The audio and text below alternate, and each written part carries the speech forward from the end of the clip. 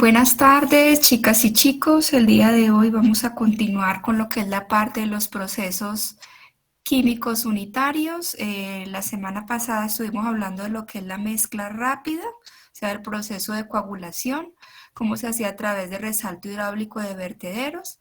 Y esta semana vamos a hablar de cómo se hace esa mezcla, perdón, sí, cómo se hace, perdón, la mezcla lenta o floculación a través de unidades hidráulicas. ¿Ya? Entonces, por favor, me indican en qué momento estoy presentando y si las diapositivas están corriendo.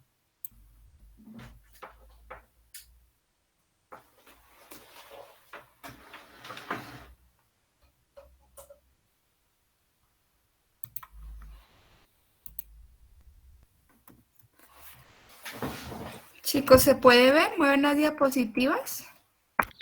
Sí, se ve, ingeniero. En pantalla completa ya está. Ok. Bueno, entonces, como había indicado inicialmente, entonces el día de hoy vamos a ver lo que es esa parte de floculación que se da una vez dispersados esos coagulantes en las plantas de tratamiento. Hay que producir una agitación que primero es rápida para que se dé la dispersión del propio coagulante y el rompimiento de esos coloides y para que esos coloides empiecen a unirse al propio coagulante y a otros coloides más.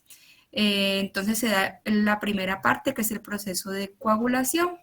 Pero ya habíamos indicado que hay una segunda parte de ese proceso de coagulación, que es la floculación, donde se tiene como objetivo hacer unos flóculos más grandes y densos para que estos terminen de sedimentar, ya sea en la unidad de floculación o ya sea en la unidad de sedimentación, y esa porción de carga contaminante debida a esos sólidos suspendidos, tanto flotantes como disueltos, provenientes de materia tanto orgánica como inorgánica que deseamos remover, sean eliminadas en esta unidad. Entonces, hay que producir una agitación lenta para lograr, primero, reunir microflóculos para formar partículas mayores al peso específico del agua. Y segundo, compactar el floc disminuyendo el grado de hidratación. O sea, mientras más hidratado está, ¿qué quiere decir? Que no se adicionan las partículas unas con otras, ¿no? No se cohesionan. Entonces, por eso dice disminuyendo el grado de hidratación para producir una baja concentración volumétrica. ¿Y volumétrica de qué? De ese material particulado que voy a remover, lo cual va a permitir una alta eficiencia en esa parte de separación que se puede dar a través de un proceso ya sea de sedimentación o de filtración, ¿sí? Entonces aquí es importante hacer unas determinaciones previas en el laboratorio que me indique cuáles son esos parámetros de inicio para yo poder hacer mi diseño tanto hidráulico como estructural, ¿sí? Entonces, para ello yo necesito que el laboratorio me calcule el tiempo de detención óptimo, el cual debe estar el agua dentro de la estructura y el gradiente de velocidad. Esos dos detallitos son bien importantes a ser calculados por el laboratorio para yo poder hacer mi diseño. Entonces, bueno, dentro de los tipos de floculadores existentes encontramos hidráulicos, mecánicos e hidromecánicos. Si hablamos de tipo hidráulico, entonces podemos encontrar de tipo horizontal y de tipo vertical. De tipo horizontal y vertical pueden haber de tabiques y de tipo vertical pueden haber con este nombre de Alabama, que es simplemente unos que tienen entrada por debajo a través de un codo de tubería, y el sistema COX, que estos los vamos a mencionar el día miércoles, ¿sí? Y tenemos los mezcladores de tipo mecánico que simplemente utilizan paletas, turbinas o algún tipo de aditamento impulsado a través de un conjunto motor-bomba para poder hacer la mezcla. Y estos no vamos a hablar porque ya habíamos hablado en la unidad de mezcla. Si recuerdan, al principio hablamos de mezcla, ahí aprendimos a hacer o a calcular esto de los mezcladores, ¿no? De las paletas, de cómo es esa potencia y ese gradiente. Si recuerdan, lo hicimos a través de un método matemático y a través de un método gráfico.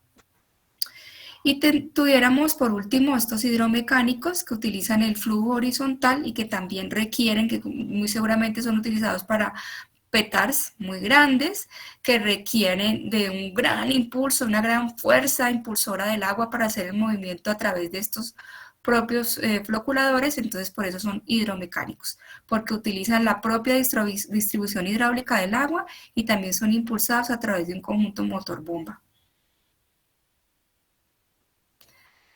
Bueno, entonces los que vamos a ver el día de hoy son floculadores de tabique de tipo horizontal. Estos floculadores derivan su energía para la agitación de la propia masa líquida, ¿no? O sea, la propia masa de agua es la que va a generar esa agitación dentro de la unidad de floculación, ¿sí? Y aquí es importante, como ya había dicho, considerar ese parámetro de velocidad de flujo que se va a escurrir a través de la propia unidad, ¿sí? Entonces, ¿en qué consiste esto? Simplemente son unos tanques, fíjense, provistos de unas pantallas, ¿sí? En las cuales el agua va a circular a una velocidad fija. Entonces, miren, el agua va a circular a través de todas esas pantallitas y esta propia direccionamiento del agua es la que va a generar la velocidad y el gradiente dentro de la propia estructura, ¿sí? Y esto mismo es lo que va a generar la turbulencia, que no es muy turbulenta, porque recuérdense que esta es mezcla lenta. Va a generar la turbulencia, ¿para qué? Para que se dé esa última colisión entre partículas y se dé la formación del flux más denso y más pesado. Vamos a tener de dos tipos si hablamos de tabiques, de forma horizontal y de flujo vertical. De flujo vertical no vamos a hablar hoy, sino mañana. Entonces nos vamos a concentrar el día de hoy con los de flujo horizontal. Entonces, fíjense chicos, ubíquense bien, esto es una vista en planta, ¿sí? Entonces, es una vista en planta, tengo la entrada lateral del agua, ¿sí? El agua generalmente va a ser repartida a través o de una canaleta o de tubería, pero normalmente tenemos canaleta repartida en una buena sección del floculador. Entonces va a entrar el agua a través de una canaleta o vertedero, ¿sí? Y el agua va a empezar a dar un giro a través de los tabiques, un giro de 180 grados, fíjense, va dando la vuelta. Y este giro es el que va a procurar el movimiento o la velocidad y el propio gradiente dentro de la estructura para que se dé ese proceso de floculación, ¿sí? Y al final voy a pasar esto a una unidad de sedimentación o una unidad de filtración, dependiendo de cómo salga el agua. Si el agua todavía sale muy turbia, muy seguramente va a ir a una unidad de sedimentación, o si está ya prácticamente clarificada, si estamos hablando de agua potable, puede ir directamente a una unidad de filtración. Bueno, aquí está una configuración mucho más larga, entonces fíjense chicos que aquí el diseñador generalmente va a proponer perdón, dos secciones o más. ¿Qué quiere decir que esto trabaja en secciones? Fíjense que esta primera parte, los tabiques están más juntos. Y en esta segunda sección los tabiques se han ido dispersando, se han ido alejando, separando un poco más. Y en esta tercera sección, fíjense chicos que en esa tercera sección los tabiques están mucho más alejados. ¿Cuál es el objetivo? Que el agua va a entrar a través de esta canaleta, va a llegar aquí y esto, al hecho de que estén más juntos, va a crear una velocidad mucho mayor que la que se va a crear en estas dos secciones y un gradiente mucho más grande. Y esa velocidad y ese gradiente van a hacer de que lo que no se alcanzó a desestabilizar en la unidad de coagulación se va a terminar de desestabilizar en esta unidad de floculación, ¿sí? Y a medida que va pasando a la segunda sesión, entonces se espera que la velocidad se reduzca y el gradiente igualmente se reduzca. De esa manera, al reducirse tanto gradiente como velocidad en el agua, ese floc no se va a romper, ¿sí? Ese floc que ya se ha formado, todo ese material particulado grande que ya se ha ido colisionando, uniendo uno con otro, no se va a romper porque ya los gradientes, tanto del gradiente de velocidad, ya ha disminuido, ¿sí? Y aquí voy a recoger y voy a mandar a la siguiente unidad. Entonces, en este tipo de floculadores de tipo horizontal, voy a encontrar unas pérdidas, ¿no? En todas las unidades de tratamiento de agua se va a encontrar pérdidas, ¿no? Y esas dos pérdidas importantes son una pérdida H1 y una H2, donde esa H1 está dada por dos aspectos. Primero, hay una pérdida por el cambio de dirección y turbulencia. ¿Por qué cambio de dirección? Síganme por favor con el mouse. Fíjense que aquí está entrando el agua en esta forma, ¿no? Y está zigzagueando. Y al zigzaguear está cambiando de dirección. Entonces, al hacer esta operación de zigzagueo, hay un cambio de dirección y también hay una generación de turbulencia. Entonces, a esa pérdida de cambio de dirección y turbulencia le vamos a llamar H'. Hay otra pérdida de carga que se va a producir por la contracción o el ensanchamiento de la propia sección. Entonces, eso sería lo que viene dado aquí, ¿no? Ahí fíjense que, no, es una pérdida que se genera aquí. Fíjense que hay un espacio entre la pared y la propia pantalla que yo debo dejar, ¿para qué? Para que el agua haga ese propio zigzagueo, ¿sí? Y vamos a ver más adelante en el diseño que esto va a tener un parámetro, el cual me va a indicar, se va a dar, ¿por qué? Para que esas pérdidas de carga no sean tan altas en este espaciamiento, ¿sí?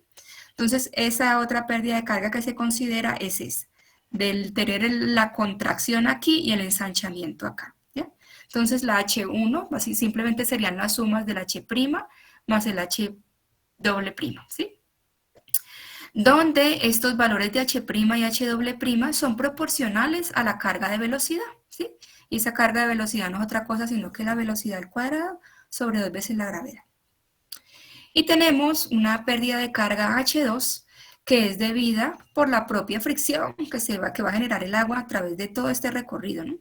La fricción hacia todos estos extremos rectos que va a tener el propio floculador. Entonces, la pérdida de carga a través de todo este sistema de floculación de tipo horizontal, porque es diferente la pérdida de carga en vertical, eso lo vamos a ver mañana, está constituida por un valor HT, donde simplemente es la sumatoria de las H1 más las H2.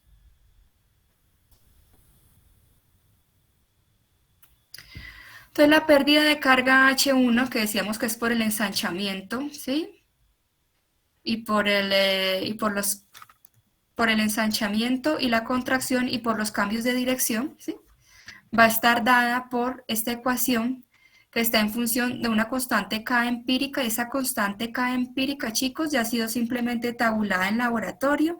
Esta K empírica ha tenido en consideración para ser calculada la rugosidad de los tabiques, el espaciamiento en el extremo de los tabiques, que es esto que mencionaba, ¿no? Este pequeño espaciamiento, la rugosidad de la propia pared, la temperatura, la viscosidad del agua y la forma de la punta de los tabiques. Entonces, este valor de K ya está en tablas.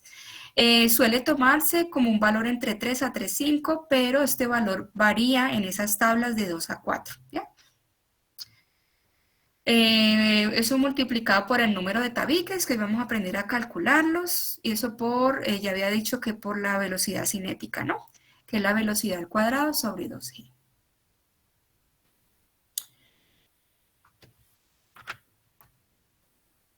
Y la pérdida de carga H2, que es simplemente la pérdida por fricción, que usted ya sabe calcular y que ha aprendido a calcular en hidráulica, es simplemente calculada a través de la formulita de Manning, ¿no? Donde el H2 es simplemente la perdiente por la longitud, o también yo puedo expresar el H2 como la velocidad en cualquier punto de la velocidad en cualquier punto de la unidad. Eso sobre el radio hidráulico a la 2/3, toda esta expresión elevada al cuadrado por la longitud, ¿no? Donde esto es S, ¿no? Y obviamente el radio hidráulico es el área sobre el perímetro. En esta instancia el perímetro estaría dado por 2H más S, ¿no? Si recuerdan anteriormente el perímetro en canales estaba dado por 2B más H, aquí es al revés, ¿no? 2H más S, ¿por qué? Porque es de tipo horizontal. Y el radio hidráulico es simplemente el área sobre el perímetro, ¿no? Entonces, ustedes ya saben que esa pérdida de carga, tanto la sumatoria de H1 como H2, va a ser visualizada a través del propio sistema con una baja de tirante de agua en la propia estructura. Entonces aquí está como está mostrado, ¿no? En el grafiquito, esa pérdida de carga, ¿no? Totalizada ya está aquí.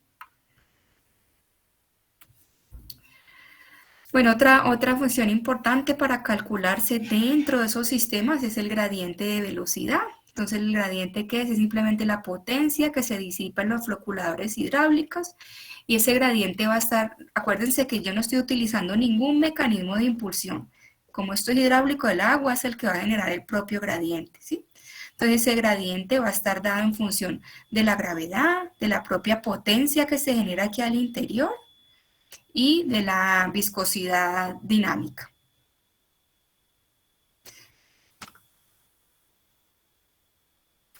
Bueno, y como parámetros de diseño tenemos que vamos a manejar, chicos, como siempre digo, eso depende del autor que usted tome. Este autor que yo he tomado, que es el Arboleda Valencia, maneja estos promedios de velocidad. Podemos encontrar que otros autores incluso manejan hasta rangos de 0.8, ¿sí? Velocidad promedio entre 0.1 y 0.6 metros por segundo. Algunos diseñadores suelen hacer 2 o 3 sectores, lo que explicaba, ¿no? Esto, ¿no? Que puede ser 2 sectores hasta aquí, o sea, simplemente esto se va diferenciando en espaciamiento, o pueden ser los 3 sectores, ¿no?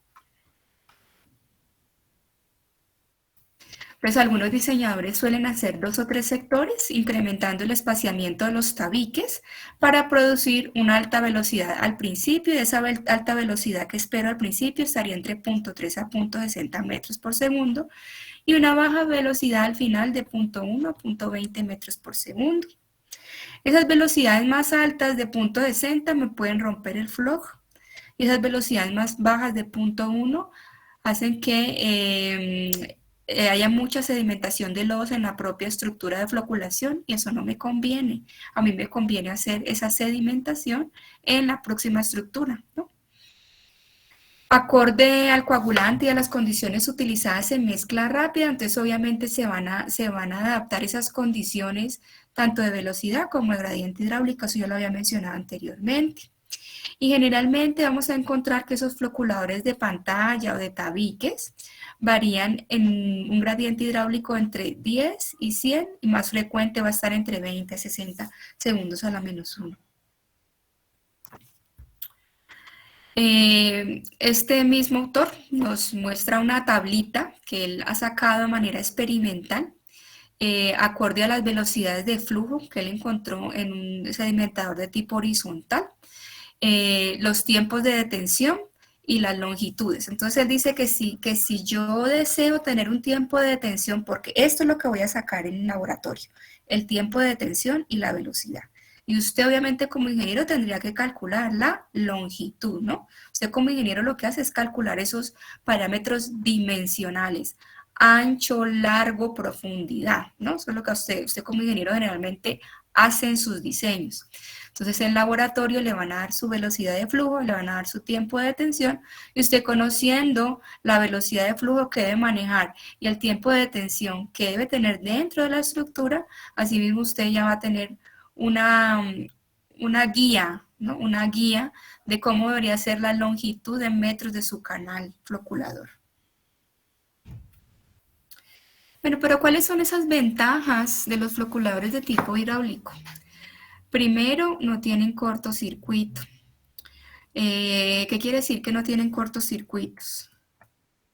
Cortocircuito quiere decir de que durante todo el trayecto de la lámina de agua, la partícula, la línea, perdón, la línea de corriente va a estar moviéndose, no va a haber ninguna línea de corriente estática.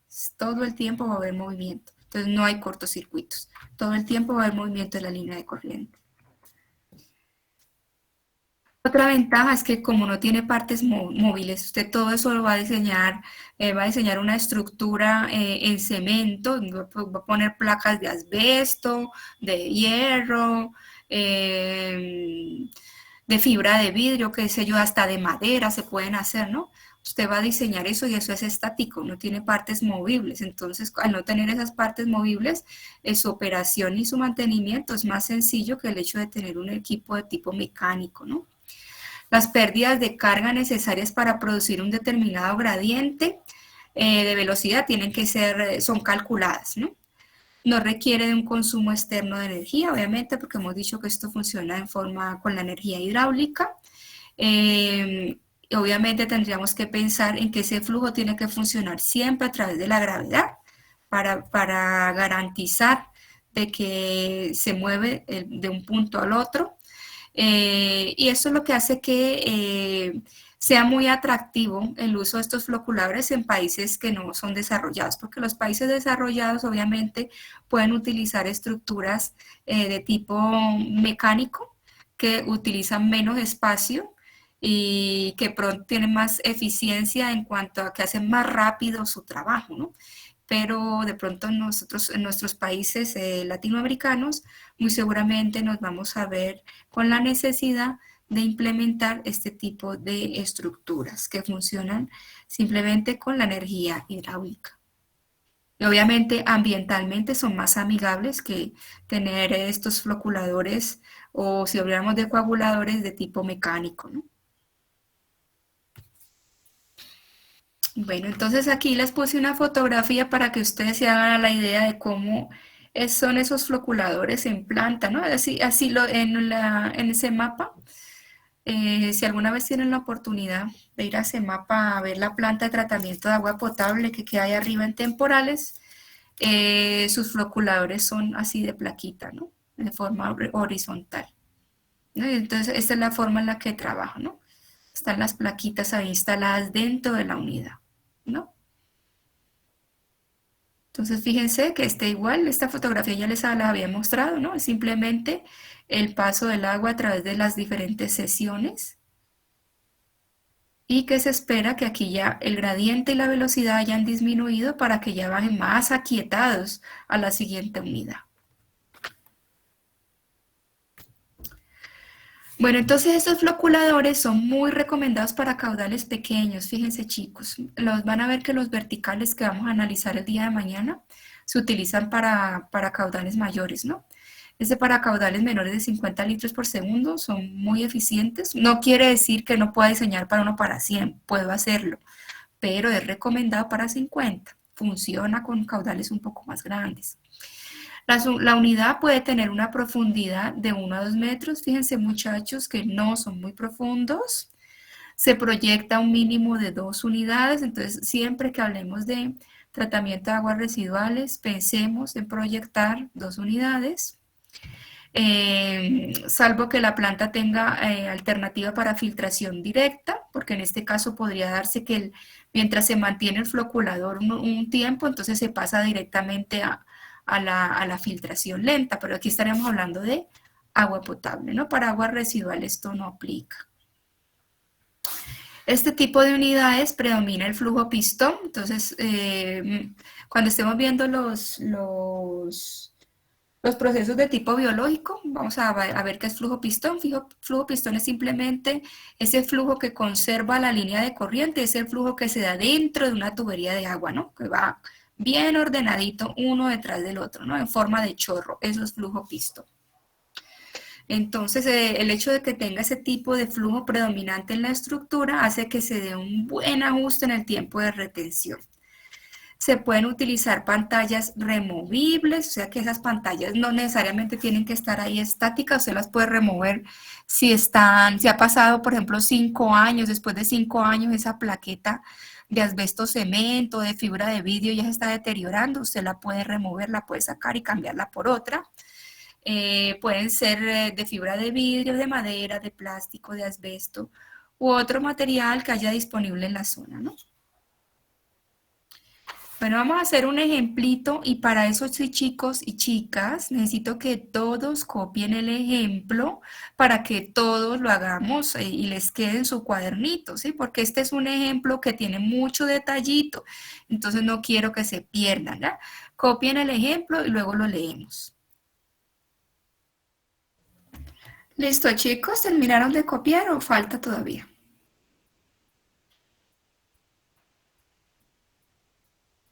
Bueno, entonces vamos a explicar cómo se funciona con esto, cómo se diseña esto.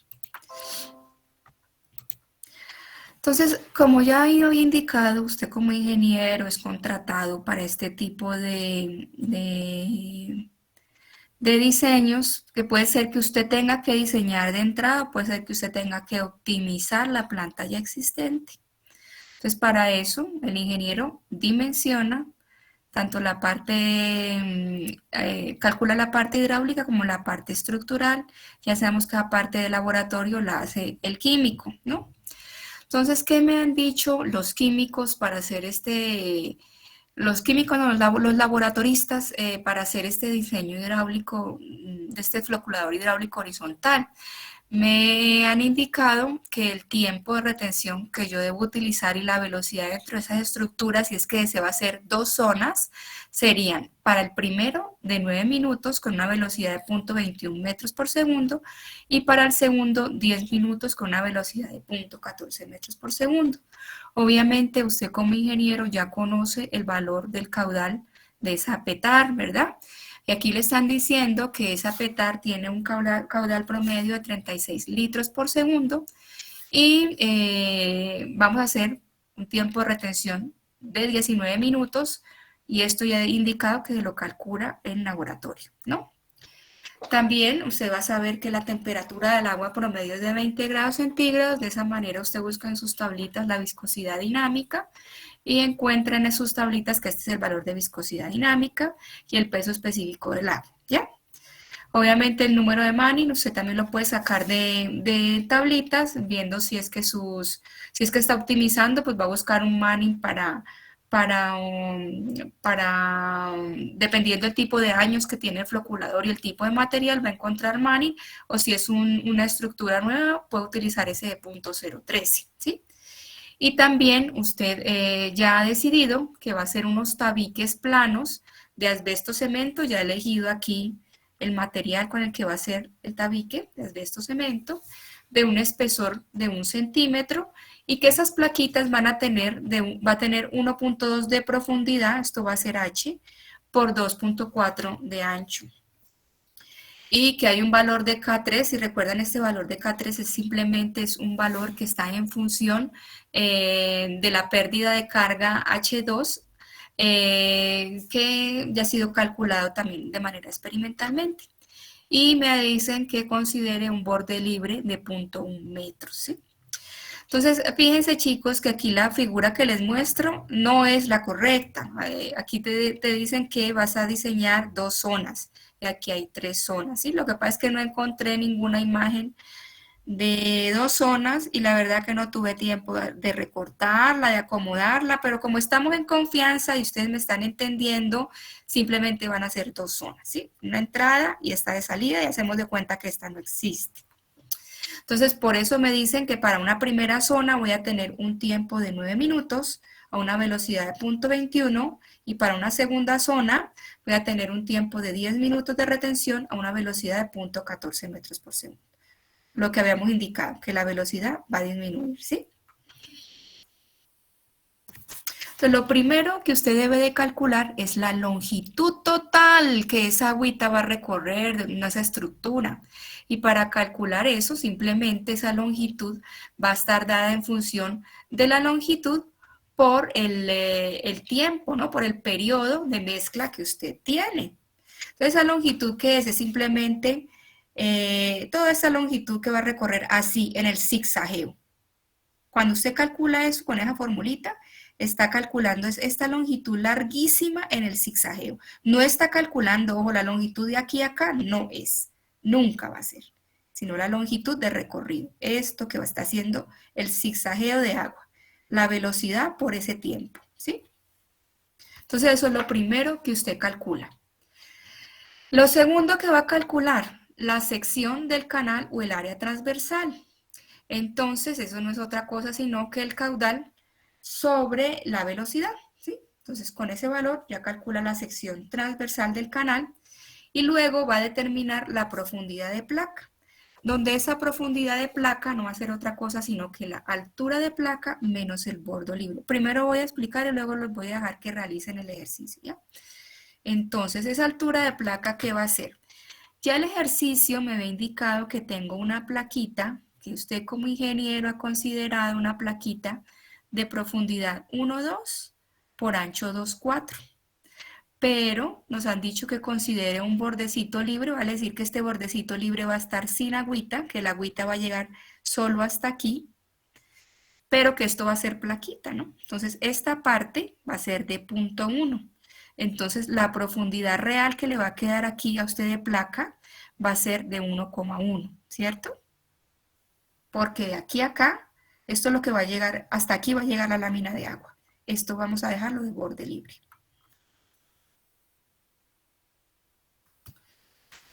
Luego usted debe determinar esa separación existente entre placa y placa. Entonces, entre placa y placa, ¿qué distancia voy a hacer? ¿Sí?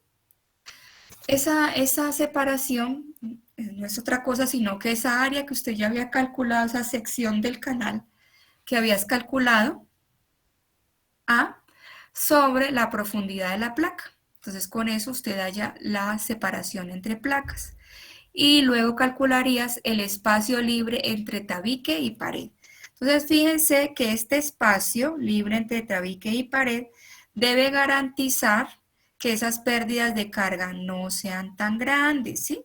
Entonces, por eso se toma que siempre debe haber un espaciamiento entre 1 a 1,5 veces la separación. Esto ya es por criterio de diseño, ¿ya? Entonces, usted va a elegir un rango entre 1 a 1,5, este valor de separación, y eso va a ser el valor M, ¿sí? La distancia que va a haber entre su paredcita y la plaquita que usted va a instalar, ¿ya? Entonces eso debe ser igual para todos, vale decir que esto es M, que esto es M, que esto es M y que esto es M, que le va a garantizar a usted que aquí no se van a formar tremendas turbulencias al dar el giro del agua a los 180 grados, porque si lo hago muy pequeño esto se me vuelve turbulento y eso no me conviene. Por eso se da este espacio libre, ¿no? Entre tabiques. Luego calcularía el ancho principal. Entonces, ¿cuál sería el ancho principal? El ancho sobre donde está parada la plaqueta. El ancho principal sería simplemente el valor de este ancho más este espaciecito de M, ¿sí? Si lo vemos acá, en la otra grafiquita, para verlo más claro, es que como está al revés, perdón. Ese ancho principal es este valor, muchachos. De aquí a acá, o sea, digamos que esta es mi primera unidad. Vamos a tomar como que nuestra primera sesión es de aquí hasta acá, ¿ya? Y esta es nuestra segunda sesión. Entonces, de aquí hasta acá, entonces mi ancho principal va a ser lo que mide esto inicialmente más este pedacito, ¿no? Lo que mide la plaquita más el pedacito. Entonces eso va a ser mi anchito principal. El número de tabiques que va a estar dada por esa longitud de recorrido, que ya hemos dicho que hay una longitud larguísima de recorrido, todo esto que recorrió durante toda la unidad de floculación, dividido este ancho principal que he calculado, ¿sí? Entonces, va a ser esto, toda esta longitud de recorrido dividido ese anchito principal, ¿ya? Todo este valor de anchito principal. Eso va a ser mi número de tabiques. Mi pérdida total, si recuerdan, dijimos que esa pérdida total va a estar dada por dos pérdidas. Una pérdida H1, que tiene que ver con el ensanchamiento y los cambios de dirección del flujo, y el ensanchamiento de esa sección que estamos calculando, y una pérdida H2 que tiene más que ver con lo que son las pérdidas por fricción dentro de la estructura, donde esa pérdida total va a ser el H1 más el H2, y donde les he puesto de recorderis ahí al lado las fórmulas del radio hidráulico y del perímetro mojado para que puedan hacer sus cálculos, ¿sí? Y una vez usted tiene ya esos valores, puede calcular la potencia disipada, ¿sí? Esa potencia disipada está en función de las pérdidas de carga, de esa viscosidad dinámica del agua y del T0, ¿sí? Del tiempo cero. Luego tendríamos lo que es el gradiente hidráulico, o sea, cómo va a ser ese movimiento dentro de la estructura que va a estar dada en función de la gravedad y la propia potencia y de la viscosidad dinámica, ¿sí? Entonces, esto, obviamente, yo tendría que calcular cada uno de estos valores para esas dos sesiones. Si tengo una sesión 1 y una sesión 2, debo calcular cada una de esas cosas, tanto para la sesión 1 como para la sesión 2. Y luego en el dimensionamiento, sí ver cómo sumo, ¿no? Cómo sumo lo que he ido obteniendo.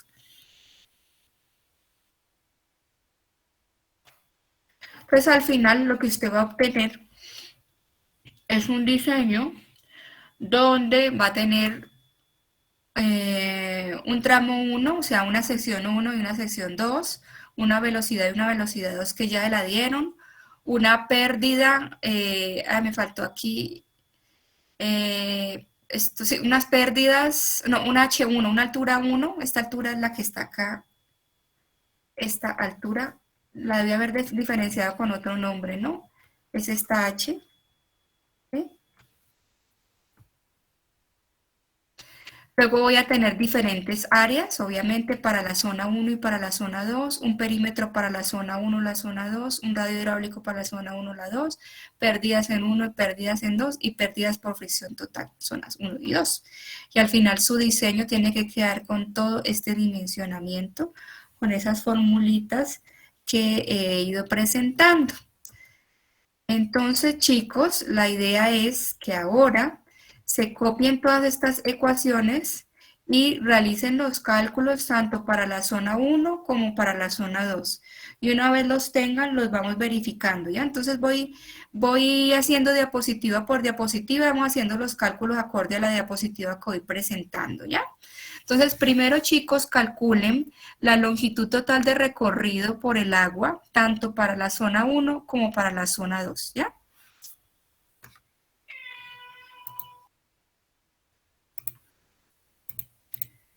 Tramo 1.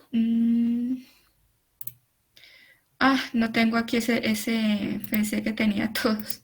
Vamos a hacerlos aquí entonces. Ya, entonces L1, ¿cuánto te da? 113.4. Ajá.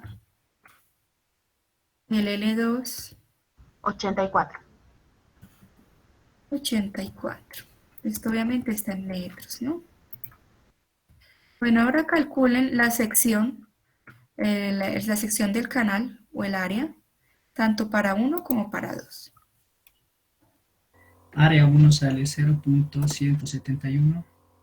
0.171. Sí. Esto me da en metro cuadrado, ¿no?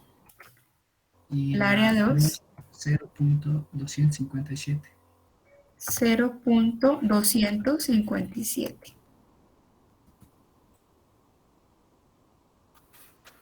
Bueno, entonces ahorita simplemente la profundidad de placa, ¿cuál sería? Que ya igual la habíamos visto acá. La profundidad de placa no sería otra cosa, sino que este valor, todo esto vale 1,2. Entonces simplemente restarle 0.1 ahí, entonces sería 1,1. Y este valorcito de arriba sería 0.1. Ay.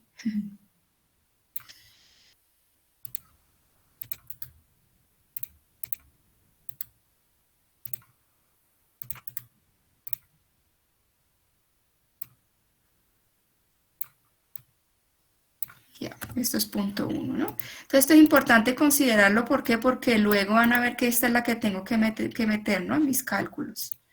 Es 1,1.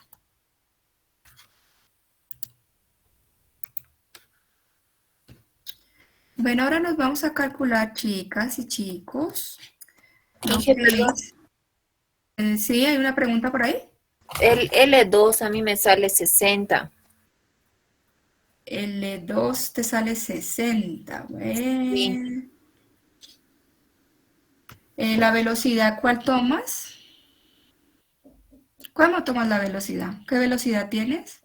0,1 metros sobre segundo y el tiempo 10 minutos hay que llevarlo a segundos. No, mira que la velocidad es 0.14. Cierto, perdón. Tranquila. 0.14 y eso por 10 minutos y eso lo multiplicas por 60 segundos que tiene un minuto, ¿no?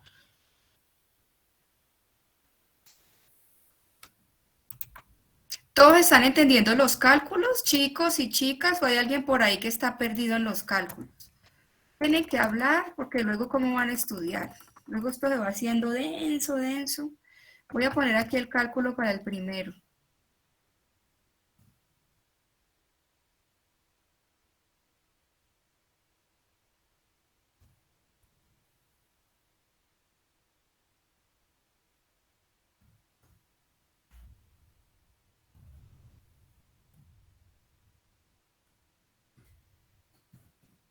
Y así mismo entonces se calculó el segundo, ¿no? Obviamente con su propia velocidad y su propio tiempo.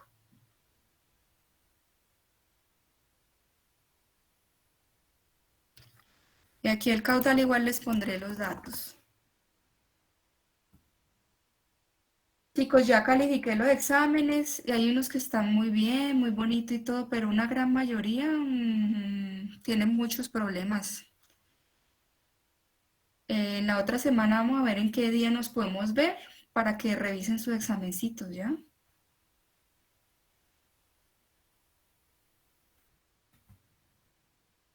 Bueno, entonces de esa manera hemos calculado el área 1 y a ti sí también ha salido el área 2 y ya hemos dicho que esta h de placa va a ser igual a 0.1, ¿no? Va a ser igual a 1,1 metros. Bueno, una vez tenemos esto, nos vamos a ir a calcular la separación entre placas. Ya conocemos el área transversal y también hemos dicho que nuestra profundidad de placa es 1.1. Entonces podemos hallar la S1 y la S2, ¿no?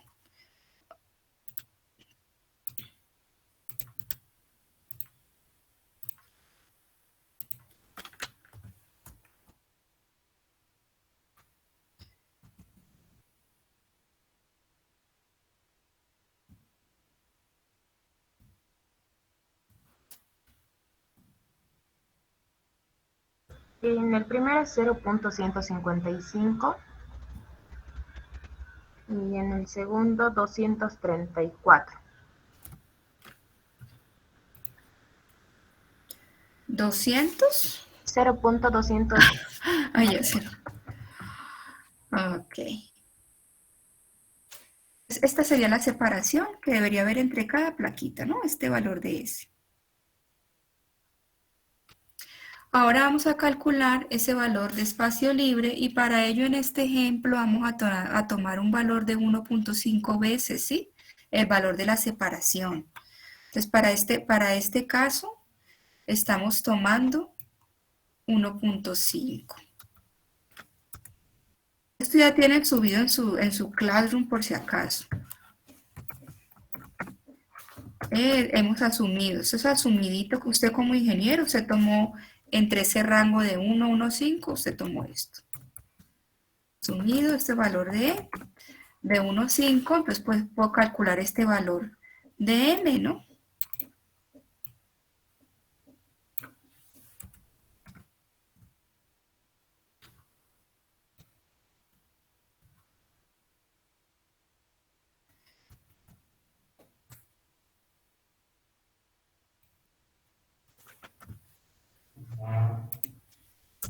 Me avisan cuando ya tengan M1 y M2.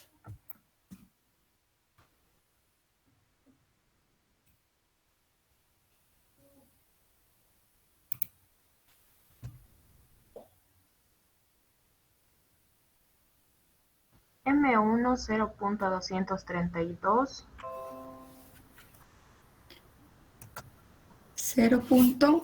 232.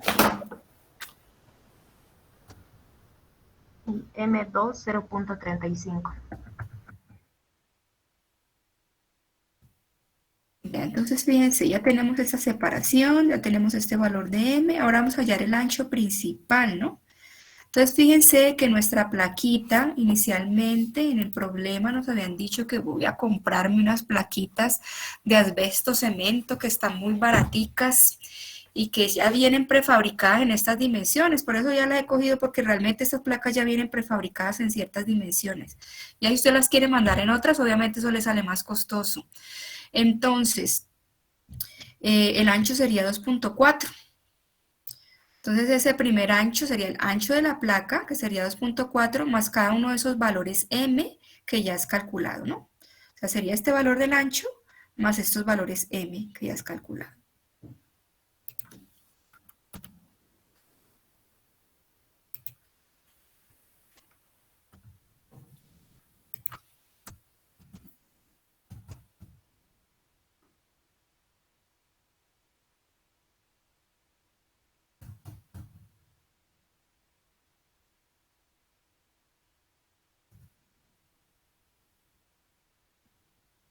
¿Cuánto nos da 1?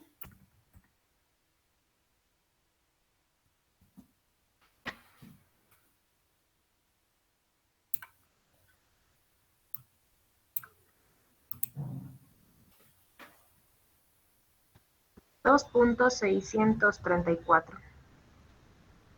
632, perdón.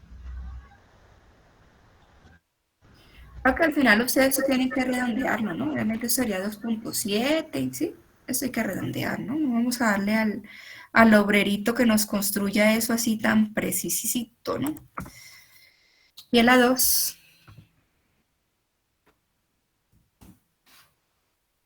2.75. Ujú.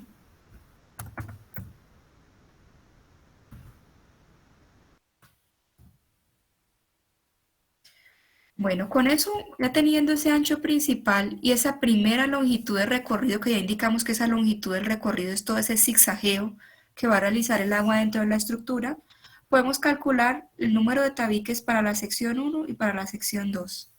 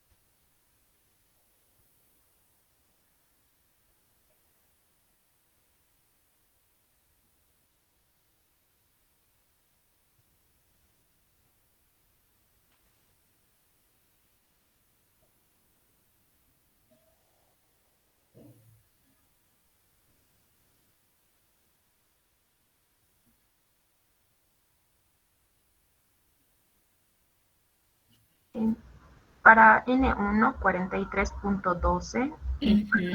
Eso sería 113 sobre 262. Es 4312. Sí, Demos 43, ¿no? Porque pues no vamos a hacer un tabique 43 con 12, 43, listo.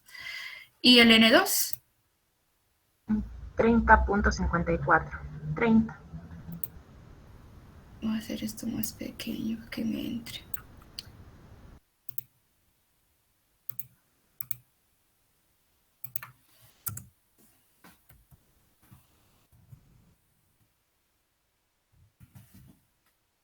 Tabiques. Entonces, ¿qué sería esto?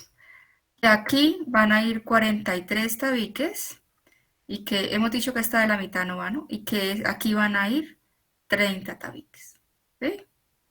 Sección 1 y sección 2. Ahora nos podemos ir a calcular lo que son las pérdidas, ¿no? Las pérdidas H1 y H2 en el sistema.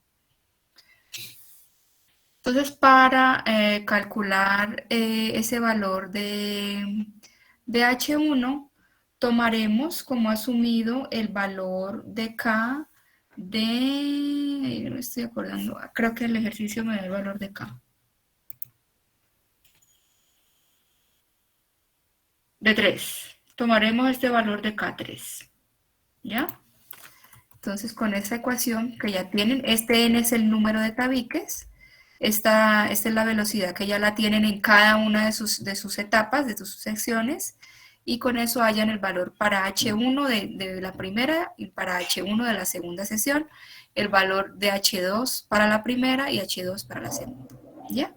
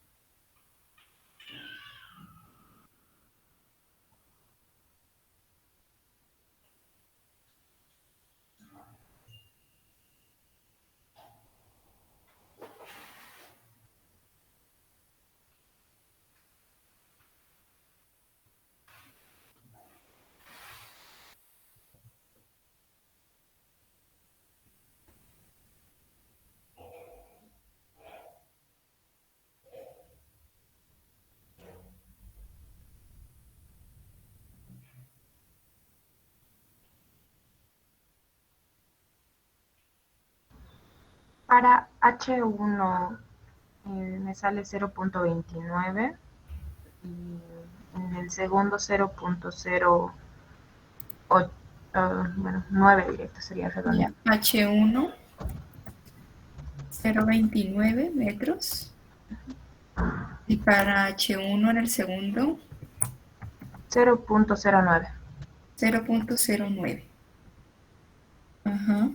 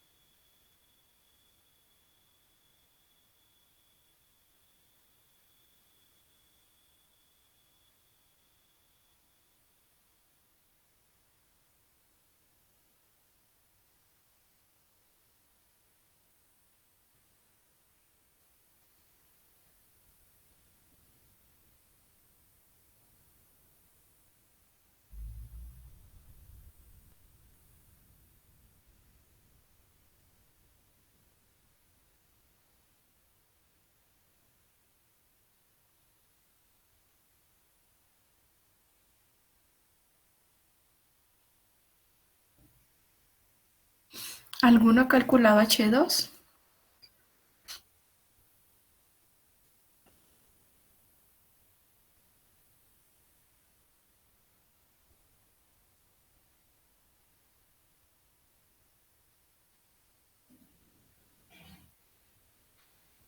Inge, la altura tiene que ser de la placa, ¿verdad? Sí, pero mira que, ya, por lo que estás metiendo aquí en el perímetro, ¿no? Sí, es de la placa. Sería 1, 1, ¿no?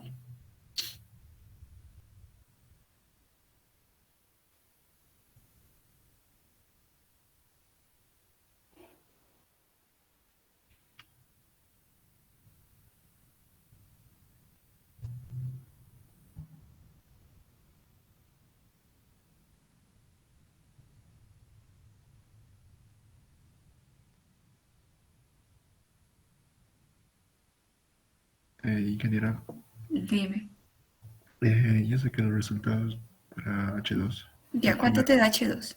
163.916. 163, muy Punto, grande. sí, creo que sí, está muy grande. Revisa porque el valor no es tan grande. ¿Has hecho esto al cuadrado?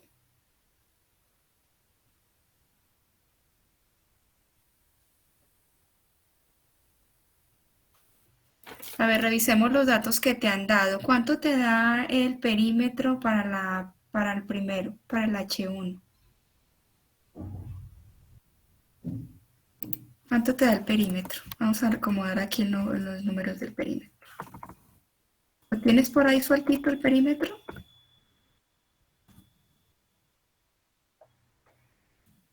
Perímetro 1, bueno, me sale 2.36. Ya 2.36. ¿Listo? ¿Cuánto te sale el radio hidráulico? El radio hidráulico 0.073.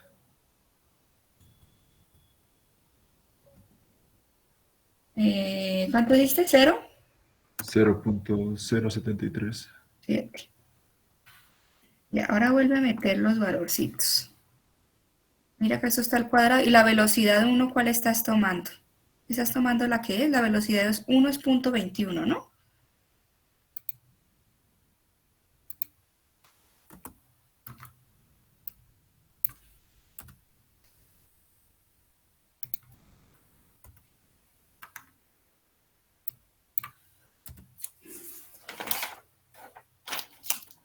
En el primero me... Ojo, esto es el número de Manning, ¿no? ¿Será que es que te está faltando el número de Manning? Acomodar Sí, esto justo aquí. me faltaba. E por N. Porque por ahí... ¿quién me decía por ahí un H2?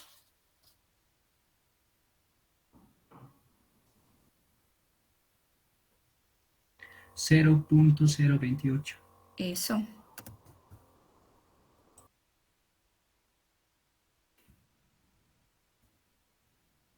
¿Tienen por ahí el perímetro para la 2?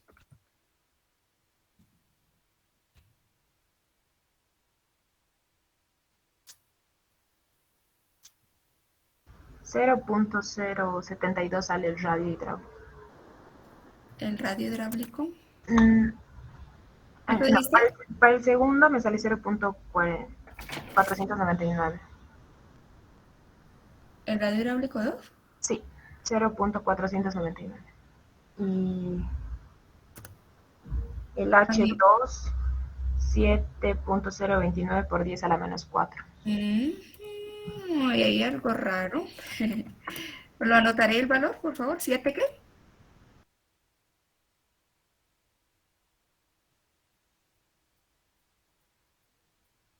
Mira que el radio hidráulico a mí no me dio tan grande. Ingeniera, a mí me dio 0.106 el radio hidráulico. Eso, ese radio hidráulico es 0.106. ¿El perímetro lo tienes?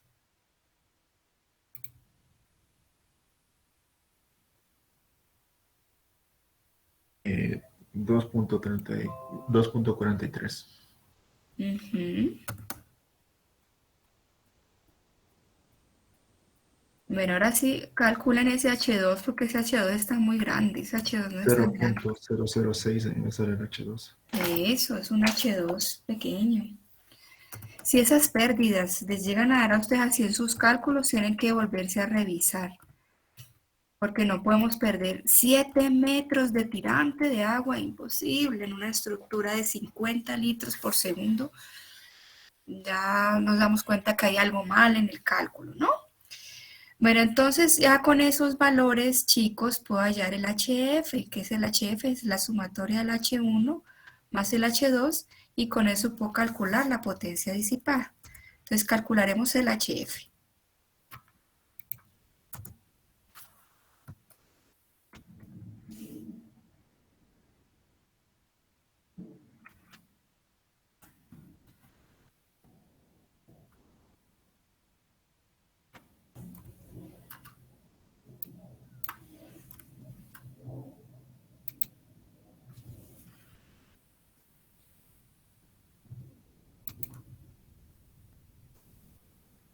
0.318. En metros, ¿no? El HF2. El segundo 0.0956. Ujú. Ay, listo. Con eso voy y calculo mi potencia disipada. Lo meto en esas unidades, ese peso específico lo meto en esas unidades de Newton metro, que eso ya cancela, eso ya está preparado para que si yo lo meto ahí en Newton metro, eso se sale, se va todo y quedan unidades de potencia, ¿ya? En kilogramo fuerza. Entonces,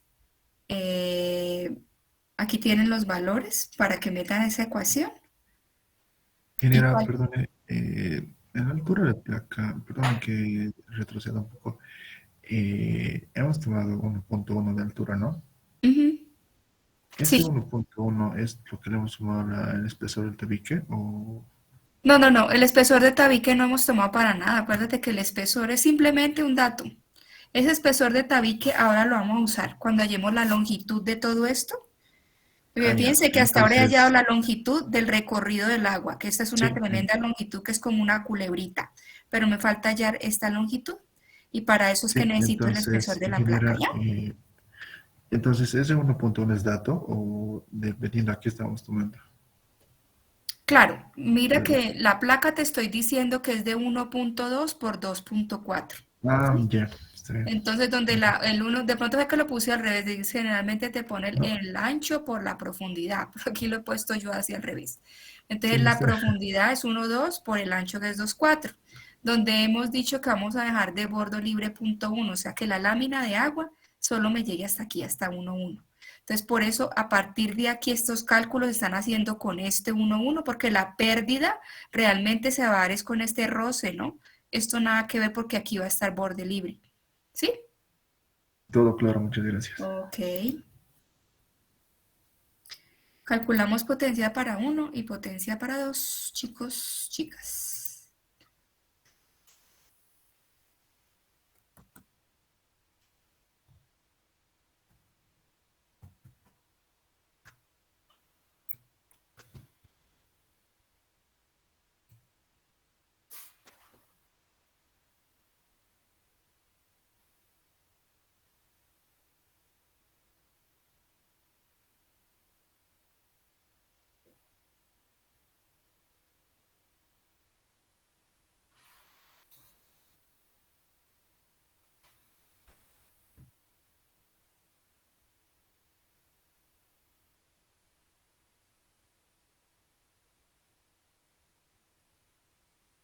La potencia 1 me sale 2.04. No, te da muy grande. A ver, ¿qué datos has usado como pen? ¿Qué datos usaste? ¿Qué utilizaste? Peso específico 1000, la A ver, altura ya te lo pondré. 1.1. Dame un minutito que me desubiqué. Has colocado 1000, listo. Ay, ay, ay, ay. 1000, listo. ¿Sopor? La altura 1.1. No, fíjate que esto es HF. ¿Este HF quién es? Es la pérdida total. Ya también me equivoqué, perdón. Ingeniera, sale 0.589. Eso. Lo voy a anotar aquí los datitos, ya no me devuelves y me dictas, por favor, para que lo tengan clarito. Anotaré aquí las unidades. Esto está dado en newton metro cúbico.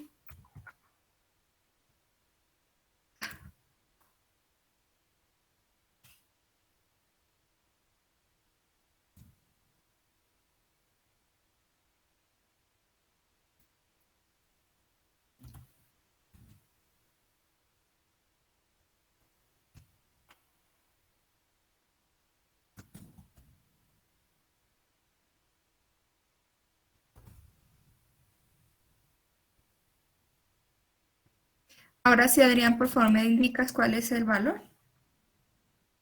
0.589. 0.589. Sí. Esto da en kilogramo metro sobre segundo metro cuadrado. Listo, ahora el P2 ya lo has calculado, Adrián. 0.159 me sale. 159. 0.179. 159. ¿Sí? Sí, Es que está correcto. no te escucho bien. Perdón, mi micrófono está mal. ¿Está bien escrito? Está bien. Ya. Entonces esto me da la potencia 1 y la potencia 2. Con esos valores de potencia, chicos, me voy y me meto al gradiente. Y esto nos va a servir para verificar si los gradientes están altos o cómo está, si el primero es más alto que el segundo, o si está loco mi diseño, ¿ya? Entonces verificaremos que no esté loquito el diseño. Entonces sacaremos el gradiente 1 y el gradiente 2.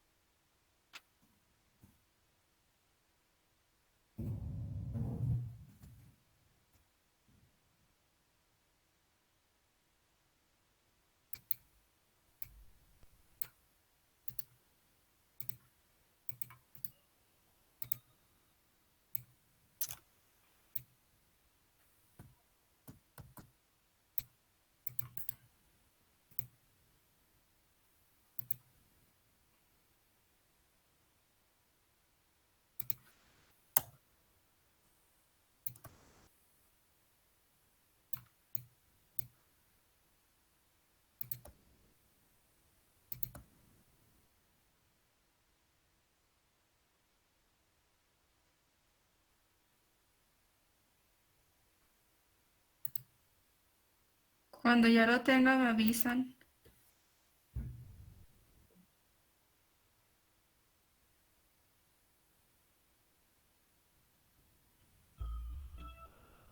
Me sale 72.41. Perfecto, 72 segundos. El primero, 72 segundos a la -1. El segundo, 37.66. ¿está coherente que el primero nos dé mayor que el segundo?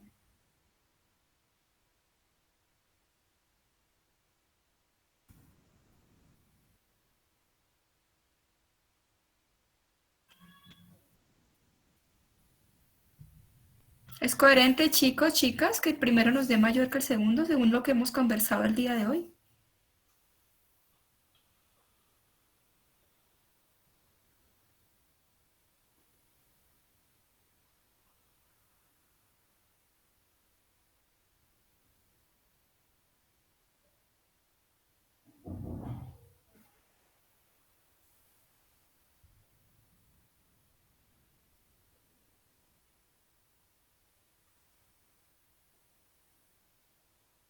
Mayor.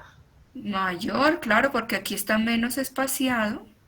Espera que velocidades sean mayores, gradientes mayores, y aquí obtener gradientes menores. Y nos estamos cumpliendo con los parámetros, con los poquitos parámetros de diseño que encontramos para estas unidades, que se encuentra que puedes tener una variabilidad entre 10 y 100 y que lo más frecuente es que esté entre 20 y 60, ¿no?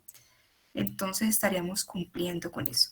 Entonces nos faltaría simplemente ya poner esas dimensiones sobre el esquema. Pero previamente a eso vamos a hallar el LT. El LT que es la longitud total del floculador. Fíjense que hasta ahora hemos hallado es una longitud, que es esta longitud que he dicho que es como una serpiente, ¿no? La longitud de recorrido. Me falta hallar es esta longitud de la estructura. Entonces, la longitud de la estructura no es otra cosa sino que el número de tabiques, obviamente multiplicados por su separación, nuevamente por el número de tabiques menos 1, que me daría el espaciecito de los tabiques por el propio espesor de tabiques. Entonces, aquí estaría considerando todo lo que hace parte de la longitud de esa unidad de floculación. Calculen entonces, chicos, que ustedes ya tienen todos esos valores, el valor de L1 y de L2, ¿sí? Ya vamos a ponerlo en el gráfico.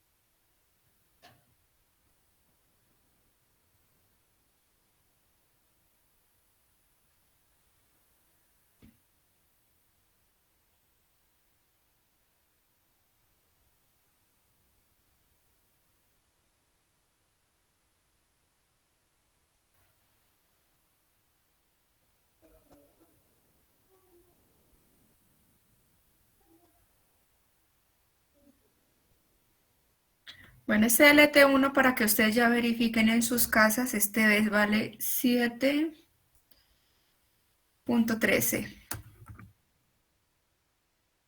Y el LT2, 7.31 es el L2. el LT2, ¿no? Sí, sí. 7.32.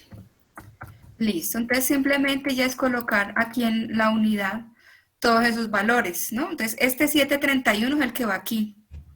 Este 7.32 va acá en esta unidad, ¿no? O sea, a partir de donde empiezo a repartir esos tabiques, va el 7.31. Aquí va el 7.32.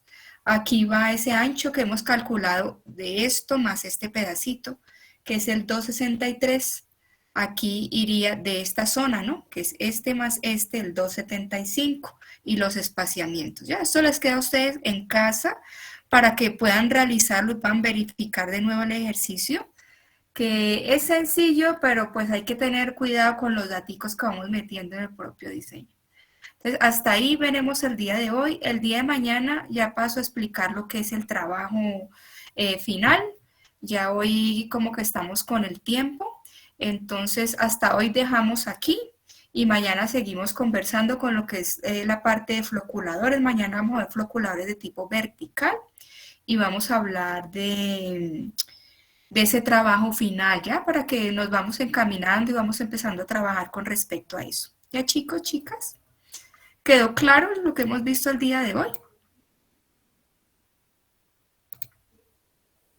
Sí, una pregunta. Entonces, la fecha de entrega del proyecto va a cambiar, ¿no? Porque tendríamos que en teoría estar presentando el jueves según el... Sí, mira que apenas les he dado el proyecto. Les subí al Classroom, no sé si han visto en el Classroom, ya están los grupos distribuidos, está el trabajo que va a hacer cada grupo y hay unas fechitas ya, de una primera y una segunda presentación. Y no vamos a hacer trabajo escrito, sino en diapositivas, porque pues escrito va a ser como complejo. Entonces la idea es que hagan sus diseñitos y los plasmen y nos los muestren aquí en la clase, ¿ya? Entonces el trabajo le he como que disminuido la concentración a lo que hay que hacer. Entonces la idea es que mañana les explique a detalle, ¿ya? Está bien, ingeniera, gracias. Bueno, chicos, que estén muy bien. Hasta mañana, nos vemos a las 11:15. Hasta mañana.